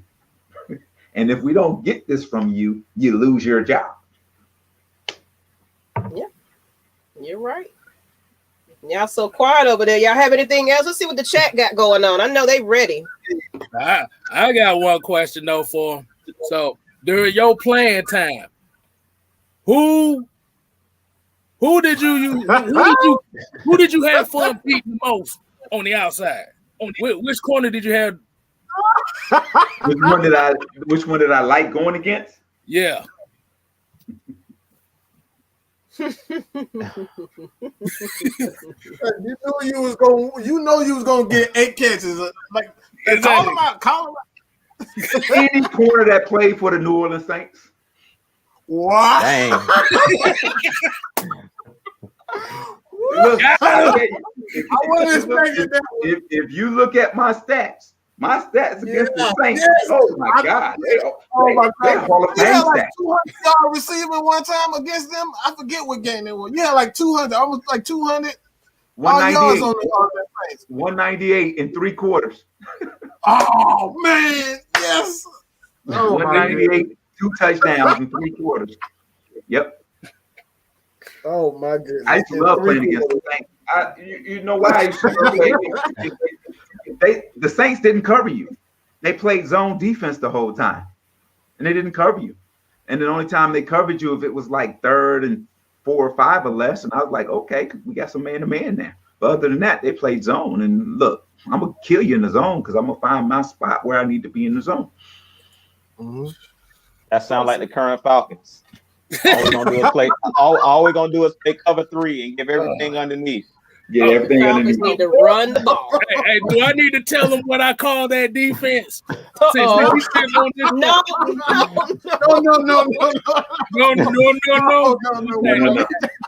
Okay, I ain't gonna say because I have a certain thing that I call that defense. Uh-huh.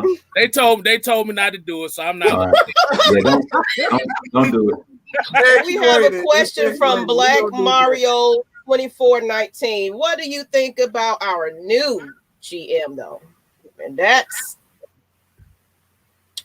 I like it, but I want to know your idea. How do you feel about it? You know what? I think here's a guy that's been in an organization that's been winning. They've been drafted well. They've been put together well. They've been successful for a long, long time.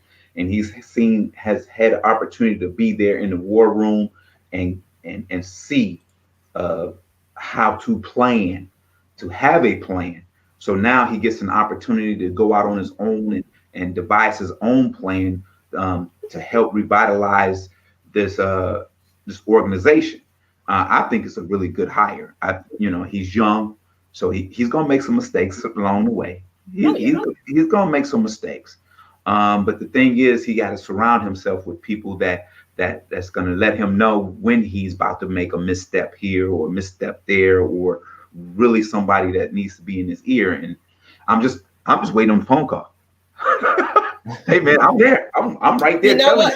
I'm right there. Let them know Atlanta Falcons Nation put you on. That's right. Well, see, the thing is that understand this. This has been a problem with the Falcons over the years. Name one former Falcon besides Ward Dunn, because he's part owner, that is in the franchise as a coach, scout, player personnel person at all.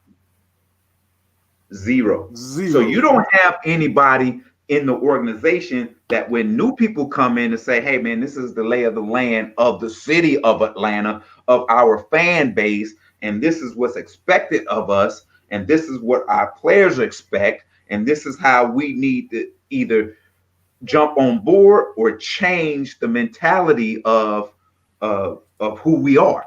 So when you don't have that, when you got people coming in that don't know the history of the Falcons and how it was built and the excitement that can be generated around it, they struggle. They struggle at first. So, and there you are. I mean, I think Fontenot would do a good job. But at the end of the day, I told you 7 minutes ago, there's still going to be 2 people looking over his shoulder. And that's Rich McKay and Arthur Blank. And rightfully so, because he's a new guy, hasn't done it before, he's young. So they got to make sure that, they're getting what they paid for. Well, it looks like Red wanted to bring you a big, huge question, and we all was just disappointed at this debacle right here. But please tell us your reaction to the onside kick debacle. How did we screw that up? We were pissed off. You know what? It was one of those things that wasn't prepared. As we said, wasn't prepared. I think, you know, in the heat of the moment when there's a situation stressful enough like that, you know, the ball was kicked, you know, in their mindset, they may have thought, you know, we can stay away from it like it was a punt, you know, and they did. And, you know, they screwed it up whatsoever. So that goes back to, you got to pay attention to details. You can't assume that your hands team understands the rules and know what to do. That's why you got to go over every little detail prior to the game in every situation to make sure that everybody knows what to do. I think 3 or 4 guys didn't know what to do right there. And someone said it best, lack of knowledge. That's why you put your guys who have been playing in the game on hands team, because they know what to do. So when you put a group of guys that don't play and all they do is play special teams on that situation, they don't know. But you know, your receivers, running backs, DBs who've been on the hands team ever since Little League all the way through know what to do. So I think they just made a mistake there. I think personnel and coaching at that time, attention to detail, cost them. Oh, and I see a throwback question right here. I actually want to know exactly, too, how tough was Chris Chandler? Oh my God. People laugh at me all the time. I say, if Chris Chandler had let me put it this way. If Chris Chandler did not stand in the pocket as long as he did to wait for somebody to come open to make that throw, he wouldn't have had as many concussions as he did. You talking about a tough dude. When we watch film and he drops back and he steps up in that pocket and here comes somebody and he does not care and he lets that ball go and he's wide open, he gets hit in the chin, bumps his head and concussions. I don't know who. Look, how many quarterbacks today do that? They fall to the ground.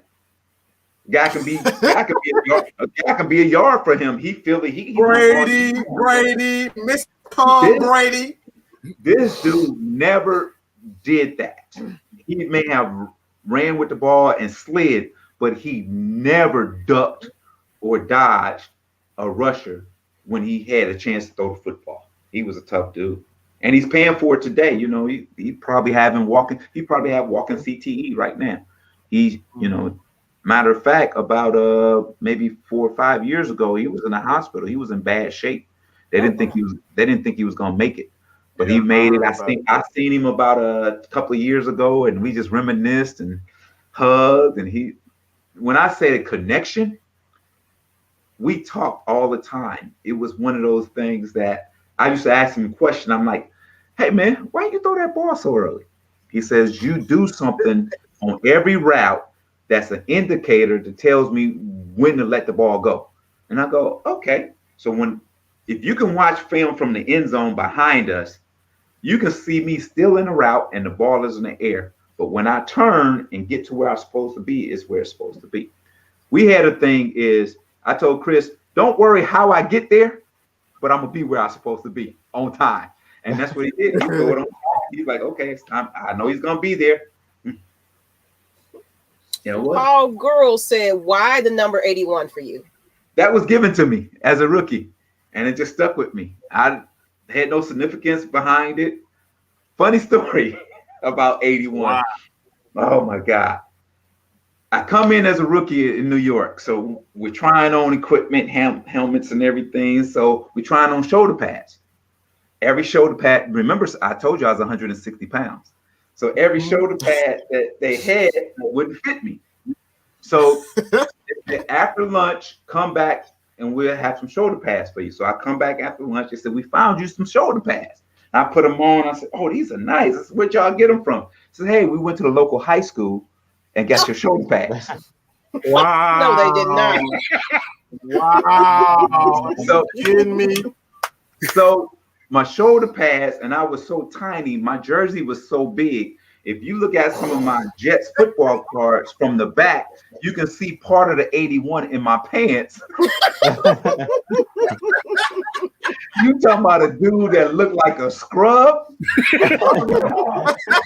So I would try to pull it out in the back so the number you can see the numbers. Yeah, it was awful. You just see 0 and half a 1. It was awful. But I wore those shoulder pads for 13 years. I still have them today. Yep, I'm a Browns. Wow. Okay. They got Terrance's shoulder pads from Baby Gap. Reggie. Reggie. This is our chat. As you can see, they are crazy people just as much as we are. So they're loving this. That's why it's 150 people right about now looking at us. Wow. Come on, bring the questions. Let's ask some questions. Hey, we got some more. Go ahead. What y'all want to go with? Let's see. Go ahead. One of y'all got a question. I'm gonna see what the chat's got going on. So I got something too. Outside of Jamal Lewis, who had the best who did the best rendition of the Dirty Bird Day? You mean Jamal Anderson? Outside of Jamal Anderson. Nobody. Nobody. I did it once and I seen it and I was like, oh, I didn't like that. Yeah. I said, Jamal, that's all you. That was all Jamal. But he didn't originate the Dirty Bird, though. Of course. He did not originate it. He didn't even, or the name, the dance or the name. It was O.J. Santiago originated it. Santiago. Yeah. A lot of people don't know that. Yeah, a lot of people don't know that. In New England, we played New England in '98. He scored a touchdown. He got in the end zone. He started doing this. And then we said, boy, what is that? He said, that's the Dirty Bird. Everybody said, Yeah, and that's when the name started. That's when it started, right there. Wow. We got some old school heads in the chat that know it. There you go. So they was on it before you even said it. So, we got some dirty birds in here that remember all of that. That whole Dan Reeves oh my goodness, that Dan Reeves doing the Dirty Bird. Yeah, we should have trademarked that name. That team should have trademarked that name. We'd be have a lot of money by now. I'll be sitting in the studio doing this. I remember the song that came out that year. You can't really find it nowhere right about now. The song that came out that was just, man, that was an electrifying year. I can tell you that. Let me tell you this. To me and to a lot of my teammates, we feel that everything we've done prior to 2001 has been dismissed. Yeah. It's been like we've been the forgotten group. Even Michael Vick is starting to vanish a little bit, but he was still part of the regime when Arthur Blank took over. But we feel a little dismissed by the organization, and it's heartbreaking because those teams were, even though we didn't win a lot, we meant a lot to the city. Everybody knew us. We were down in the city. We were doing community stuff. We were hanging out at the clubs. We were always on the radio. We were always doing something. So people knew us. They can touch us. They can feel us. They understood us. And now it's like everything that we've done and everything that we have cemented has been just forgotten or destroyed. And I'm gonna add to this before you get to your question, Jew. But I recall that year particularly going into the Super Bowl, we had coaches in regular high school gyms, and the schools were doing the Dirty Bird. Like they were hyping up the schools to do this. It was like a Dirty Bird contest. You had the kids interacting.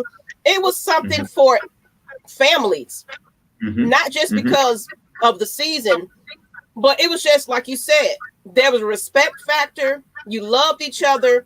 You played like it. It showed it. Every player on that team had a name on that team. So you just couldn't say, oh, Jamal Anderson. You couldn't say, it was so many people on that team alone. Yeah. We had so many characters. And like you said, like any families, you're going to have riffs and stuff like that, this and that. we used to have our little riffs and that people don't know about, and it's funny because if we had camera phones back then, oh my God, it was hilarious. We had a kid one time, like before we leave, like every rookie in every group has to bring Popeye's chicken for the whole group. So rookie at the receiver position, when we get on the plane, we got to have Popeye's chicken. So a rookie on the linebackers decided he wanted to bring to Kentucky Fried Chicken. Oh. So the DB was like, "What the hell was this?" I was running late, and on the way down, that was the only thing that I seen. So I got Kentucky Fried Chicken. They started throwing chicken at him on the plane. Oh my God! The fight breaks out. I'm like, this is crazy.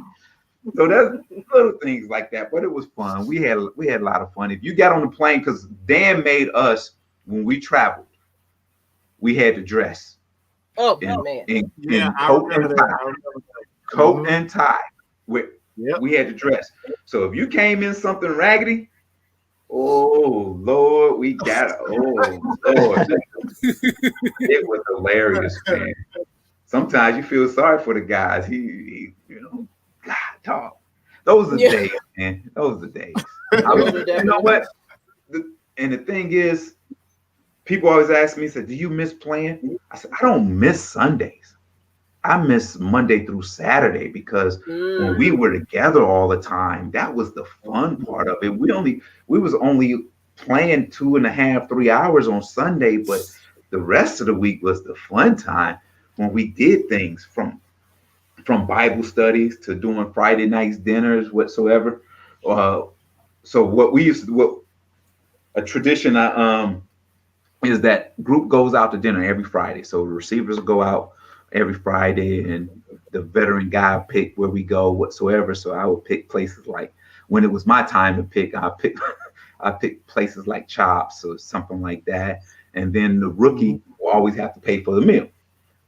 We go to Chops. Oh, wow. Yeah, we go to Chops. But if you have the more rookies you have in the group, the better it is because now they can split the bill, whatever they have to do. We go to Chops one time, right? And we got this one rookie, and we all sitting there, and they had a special on Maine lobster, live Maine lobster. This is why I said it this way: live Maine lobster. Live Maine. So they had a special. So it was like, oh wow, nice.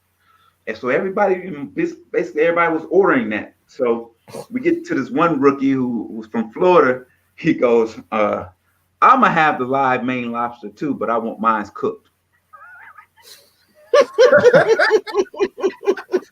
and I'm going, we laugh. I spit my wine out on the table. I'm just laughing. I said, hey man, they're not gonna give it to you raw. He's gonna be crawling on the table. They're gonna cook it. They're from Florida. Come on, man. Come on. So we I don't know what the current situation is with these guys, but I'm telling you, we need to get back. I said something. I said, you know what? And correct me if I'm wrong. Do we hear our guys on Black radio during the week after the games? No. Do you ever hear them on Black radio? With Ryan Cameron or with Tigger or with Frank Ski. No. We don't know who these guys. We don't know who these guys are. We don't know who these guys are, right? They won't tell. Oh yeah, it was promotions and commercials and everything. I'm telling you, everybody knew what player was on those teams. You are absolutely right. We were waiting to get on radio, especially Black radio. We were waiting because, shoot, our people. Come on, Here's a history fact for you guys. From 2001 to maybe 2003, 2004, whenever Michael Vick got in trouble, whatever that year was, 2005, we had more Black season ticket holders than any other team in the NFL. Yeah. And we had we had the longest waiting list of any team in the NFL. The other team that was closest to us was now the Washington football team.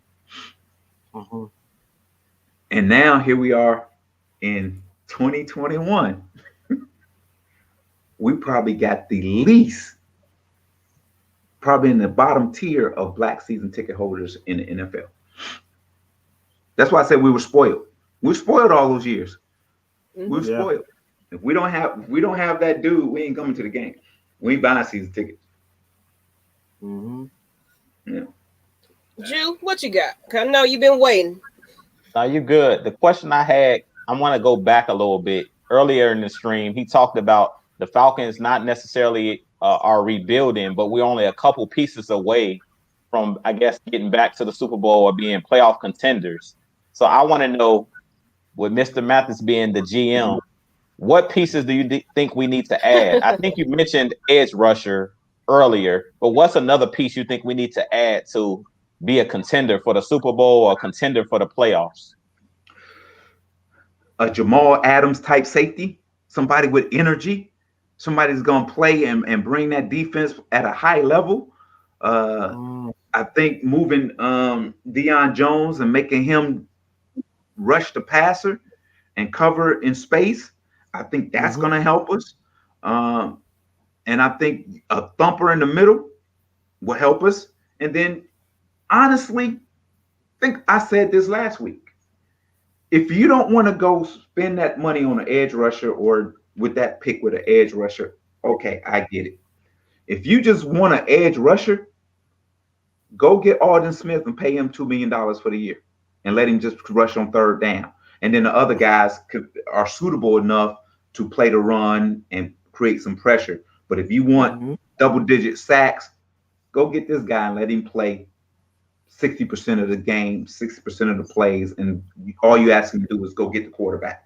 I would take that investment because guess what? If I pick one at the fourth pick, right, that's about you can go on that. You're looking at maybe $12-15 million a year.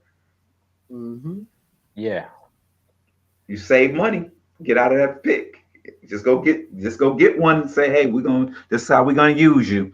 We ain't gonna play you a lot, but this is what your job is gonna be. And now you got a dude rushing with some attitude. You find that safety that's gonna come downhill and do his thing. You got that thumper in the middle. That's your three players right there, and we on our way.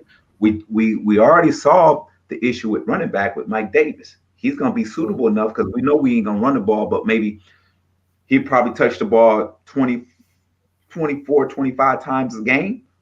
3 or 4 of them would be passes, and then he's running, then you can suitable. He'll be a factor in the run game for us because he runs hard. And then we got all the pieces on the outside. People sleep on Hurst, the tight end from the Ravens that we picked up. The dude can play, man. He can run. And, Julio has a chance to heal because, look, he ain't played the second half of the season. He had all off season. Now he's healing up. And, hey, man, sky's the limit. I'm telling you, this team. And understand this, we drafted in the last 3 drafts so many offensive linemen, they need to be gelling together by now because they've been playing together for a while. So we should be okay. I would think that another offensive tackle may help move Jake Matthews to the right and bring in somebody on the left side that can protect Matt's backside. I think we're on our way. And to piggyback on my question, so what do you think about the Buccaneers, because they were able to basically keep pretty much all of their free agents and they basically kept their whole championship team together? Do you think that they're going to be a team that can go back to the Super Bowl, or do you think with the target on their back, they're going to kind of take a step back this season? Well, they won the Super Bowl with defense, and they made sure they got their defensive pieces back together. And the thing is that you got to understand, none of those guys, you didn't hear anything about they better pay me or I'm leaving. It was quiet because guess what? They trusted the head coach and the front office that they were going to get it done. When he said, you coming back, he meant it when he said, you coming back.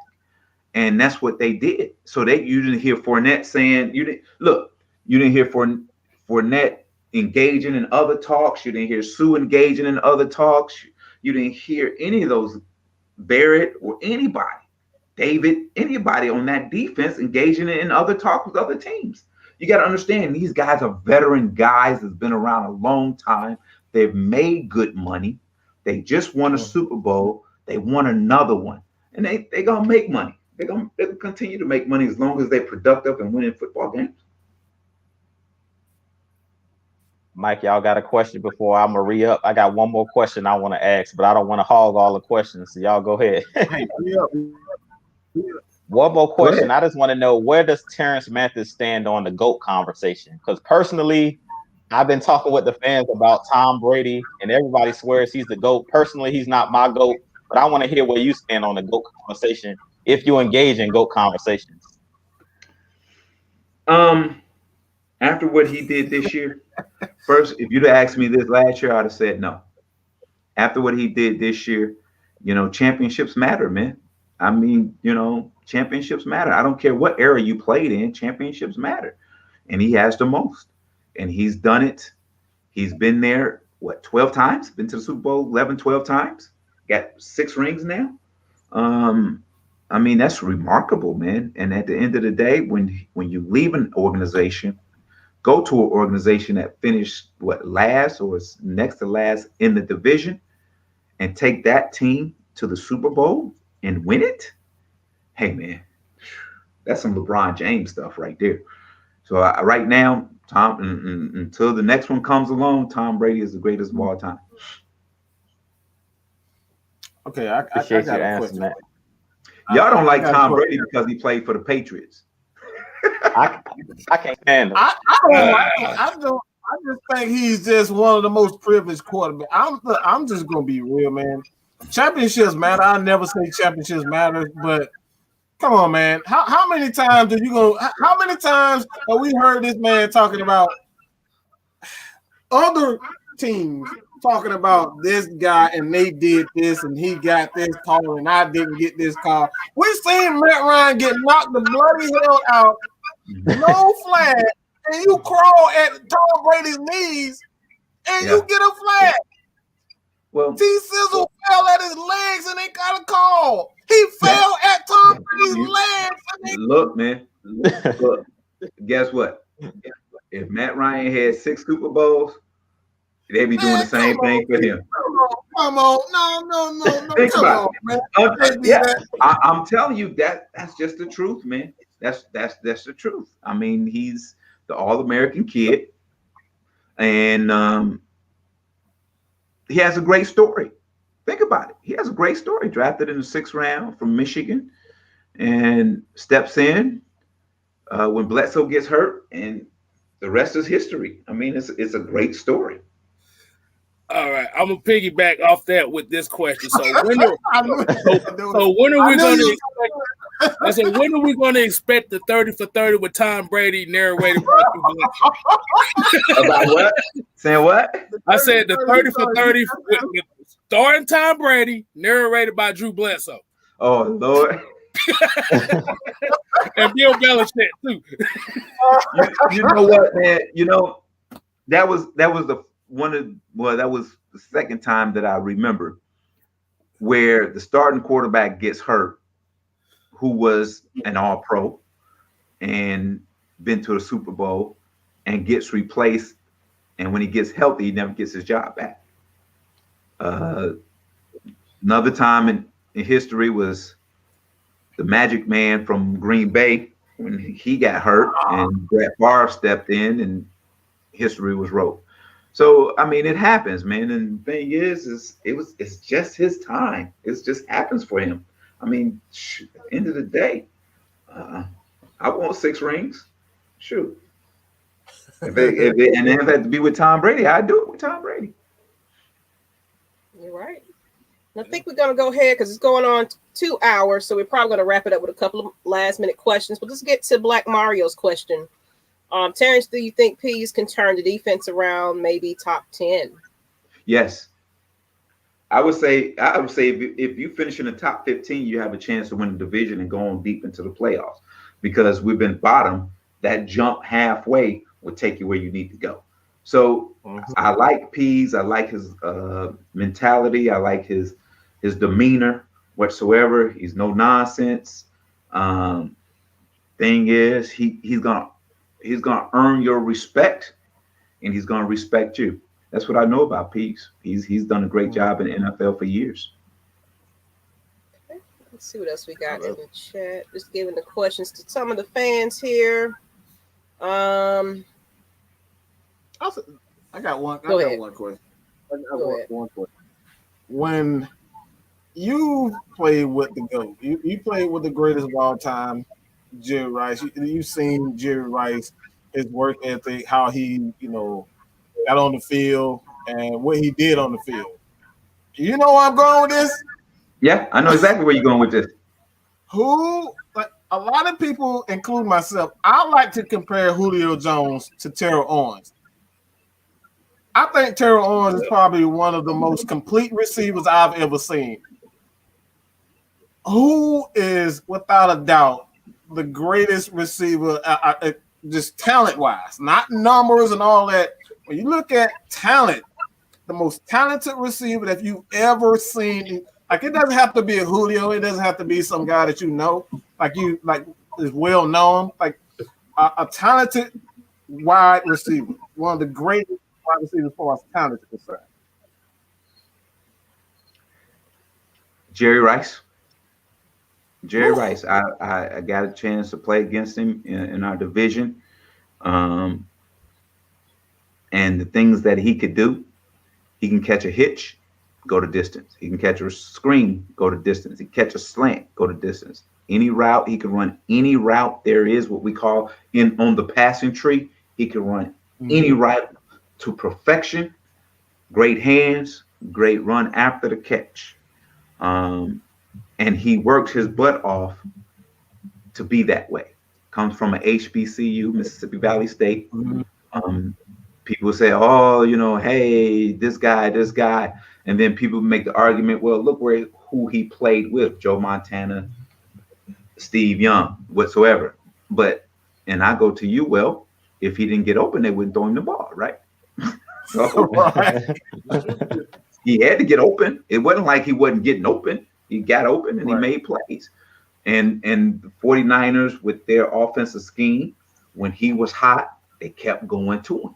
And that's what I like about coordinators. When you have a dude that's on fire, keep giving him the ball and finding a way to give him the ball until they figure out how to stop him. And by the time they figure it out and adjust to the other one, that other dude is going to start killing them. And then they're going to be off kilter and don't know what to do. It seemed like in the past, when we start going good with something, we go away from it. And then we do something totally opposite. And you go, what is that? And for instance, I'm going to give you a situation. I don't know if it was the Seattle or the Green Bay NFC Championship game here in the Georgia Dome, where it was 4th down. We had the ball. I was at that game. I think it was. And whoever the coordinator was caused the play for Matt Ryan to roll out. And when they did that, I said, that is the dumbest play on 4th down, because you're only playing half the field. You're only playing half the field. Yes, oh my God. Half the field. Elizabeth, I'm coming to join you. And that leads us to a question from Keyshawn. Speaking of offense and offensive coordinators, of course, do you think Arthur Smith is going to run the mess out of them boys? Because our biggest thing is run the ball right about now. You know what? This is what I think. They've been so quiet in Flowery Branch. We don't know what to expect.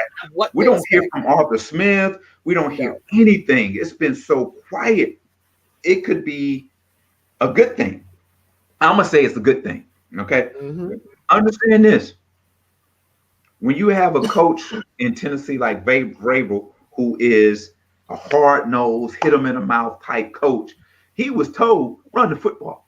You got Derrick Henry back there, run the football, and I get it. And I think when you're an offensive coordinator, you do what your head coach tells you to do, and you find a way to do it effectively. But when you get your own gig, you want to do your thing. Yep. You want to do your thing. Think about all the toys this dude has. You think he gonna run the ball 50 times a game? Oh, no. I can see him run the ball maybe 30 to 35 times a game. But dude, he got all them weapons. Oh yeah.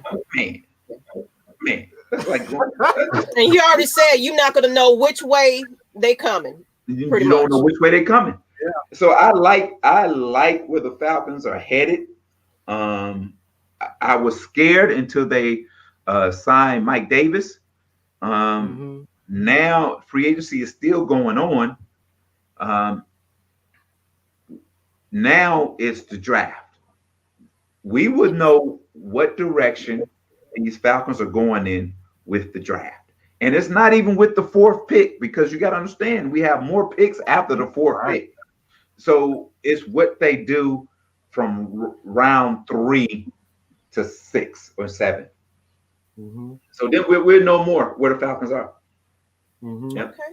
I got one final question. I guess we can go ahead and wrap it up. Let's talk about your own podcast, Atlanta Sports Unlimited. How did that get started? Y'all know Terance Moore, the writer Terance Moore. Oh yeah. He and I are friends. We've been friends for years. He's controversial. He does, I get it. He says things, he's off the wall. But when he and I talk, it's candid, and we have a great relationship where, to the point that he knows what's on the record and what's off the record when I talk. So he worked with he does things CNN, Fortune Magazine, Sports Illustrated. So last year, before COVID hit, we were talking about doing something with Sports Illustrated on a weekly basis. And then he evolved into this. So, Sports Illustrated was sold. So everything was stopped.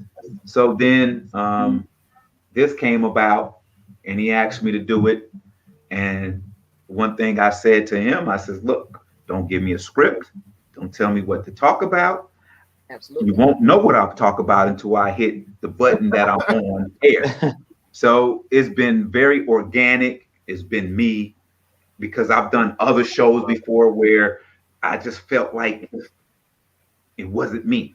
And now I'm finally get a chance to be on shows like yours and having my own, where I can just talk and be real, where if we were sitting in my man cave and we just talking.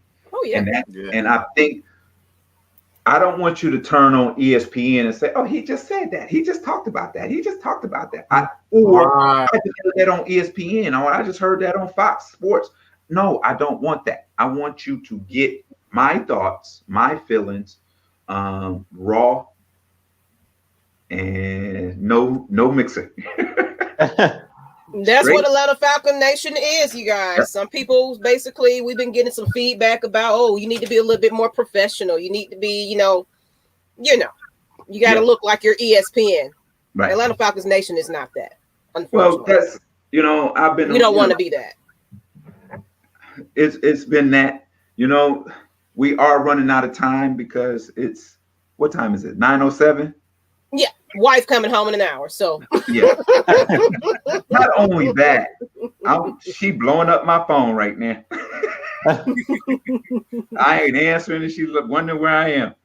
Oh, look, let me tell you, my family is so funny when I don't answer the phone. Now my daughter's calling me. Oh, so where you at now? Where you at, Dad? You answer the phone. My son calling me. When you get older, they got to check on you. I get it. You're having a good time. Let them know you're having fun, but we're not going to hold much of your time up. It's been 2 hours. It definitely. And I appreciate you being here this long with us, and it just felt like you was a part of the show. You're a part of the team. Anytime. And guess what? We would like to come to your show one day. Oh yeah. See, now think about that, guys. I would love that. Now that's fun. Mm-hmm. That's fun, because let's make it happen. I got real with you guys. That one is more football more. I get more intense with the football stuff. But you guys made me sweat tonight, though. What are you doing for the draft show? What are you doing for draft? Are you, sitting at home, or are you I'll be at home somewhere to be? Because we are doing a live draft show, at least for the first round, with these fans here. So if you have nothing else to do and you just want somewhere to talk a little bit, even if it's just a couple of minutes, we already kind of got somebody that said they might be in for a couple of minutes just to give their little feedback. Because everybody waiting on that 4th round pick. So I'm ready to see some faces and some pouting in the chat. So if you have nothing else to do, the invitation is open for you draft night. All right, no problem. I'm in. Okay. Well, hope tentatively I'm in. Something may come up.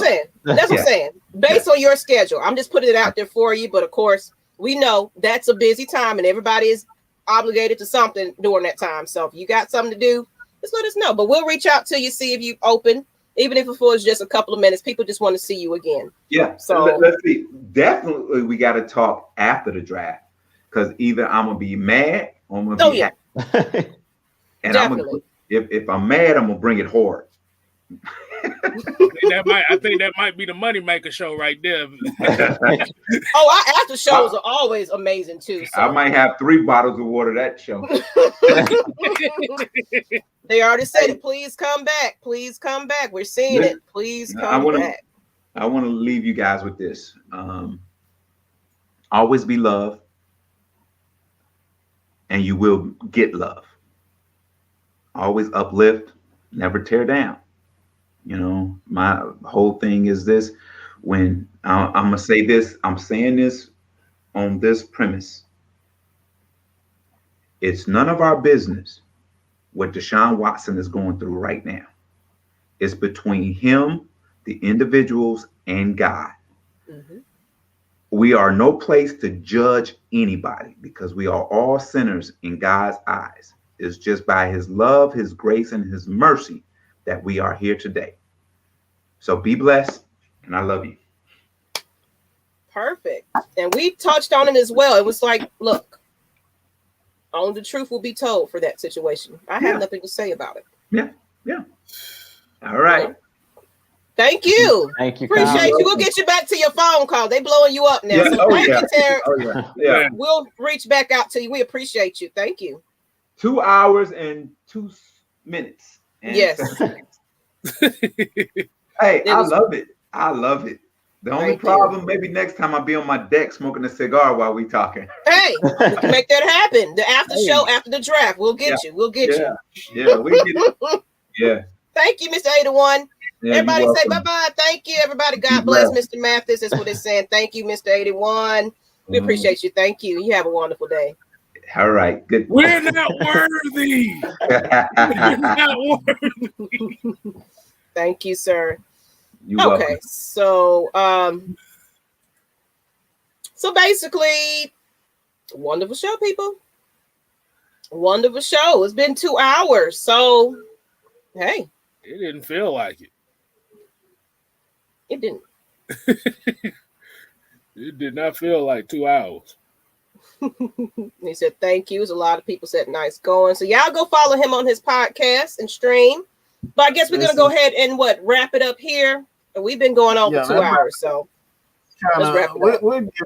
Let's give just this quick 2 point. I just want to start with this, man. This is exactly what we want. And we're going to continue to, give you guys. Like, we're going to give you nothing but the hardcore facts, truth, the facts, stacks, and the truth. This is what it's all about. All right. Mm-hmm. You're going to hear it from the horse's mouth. You're going to hear it from the reporters, like Tori McElhaney. Like, you're going to hear it from these guys. We're going to reach out to these guys to give you exactly what ESPN is not going to say. We heard it from Terance today. They feel unappreciated. This is exactly how we feel as fans. They don't appreciate us. He is a former player. Don't feel appreciated. He's been disrespected. He's one of the greatest receivers he's one of the greatest receivers I've ever seen. He wasn't blessed to run a 4.2, but he made it 13 years in the freaking league and piled up almost 600, almost 700 receptions in his career. All right. And he didn't have 150 targets a season. He didn't have that. So this man had to work his behind off to get there. So this is what it's all about. A lot of people like now, we like to, label guys greatest of all time before they even get in the league. This man worked his ass off to even get there. So he deserves our respect. He deserves it. He worked his ass off. He was a 6th round pick. Told he was too small. And he worked his ass off to get where he is. So let's give these guys, the Atlanta Falcons players, man, the respect that they do, and stop going at these guys on Twitter. Like you said before, man, it's all about you get love, you give love, you will get love. And that's all I got to say about that. Like what Pre-Brown said, he had many quarterbacks throwing to him too, and one of the greatest route runners in the NFL history. So look, these guys are slept on, people. We need to go to Flowery Branch email or whatever we need to do. Honestly, he's right about that. That team right there alone, that era right there alone is forgotten. You ain't Michael Vick or anybody like that. You're overlooked. You're an afterthought if you ain't Michael Vick. Mm-hmm. Mm-hmm. So we ain't gonna go into that speech, but my last 2 points is, people, go ahead and share out this content. If you know somebody you want on the show, hit them up and say AFN is looking for them. Just go ahead and get us to 1,000. Because we are pretty much, I didn't even look at the number. We're definitely trying to get there. So we appreciate everybody that's tuned in. That's pretty much all I'm going to say on that one. Subscribe to the channel, to share out this content. It was amazing to interview. Thank you, people. Absolutely. That's all I got to say. Go ahead, Juju. Hey, like she said, go over to AFN, hit that subscribe button. Y'all helped your boy get to 1,000 at Jew Talk Sports. Hey, let's help us here at AFN get to 1,000. We appreciate you guys tuning in. Like Mike said, this is why we bring on former players, reporters, because we want to get their unfiltered opinion. He's telling you, like, all of the stuff that we say, we've been saying, he pretty much was saying verbatim, pretty much a lot of the things that we've been trying to tell you guys about the stats, the facts, and the truth. We don't try to give you guys the false narratives that's out there. We give you guys the facts. And he basically came up here and told you guys, this guy, 13 years in the league, like I said, he's a legend. I'd hope that the Falcons, Arthur Blank, Rich McKay, they need to reach out to these former players. Like, he's a player that could be a mentor to a player like Calvin Ridley. He was talking about it. What Calvin Ridley needs to do to get used to being hit. He needs to get in the weight room. Chuck Smith, we've been struggling with pass rush. That's what he does. He's a professional pass rushing specialist. Like, that's what he does. So we need to reach out to these old Atlanta Falcons greats. Like, we don't need to forget about these guys. And that's why I love here at AFN that we bring these guys on the show so we can reminisce about the great times and how good of players these guys were. He was, all of these guys that we're seeing now, these younger guys, Julio Jones, Roddy White, they're standing on these guys' shoulders. Like, Terance Mathis was the first guy that was leading our team in receptions and yards, touchdowns. And now Julio Jones, Roddy White, all these guys that we're seeing now, Calvin Ridley, they're standing shoulders. So we definitely need to give these guys their flowers while they're still here. But like we said, man, we're going to continue to bring you guys the best Atlanta Falcons content. And like I said, it's going to be unfiltered. That's what I loved about this interview. He was down to earth and he was just giving it to us straight.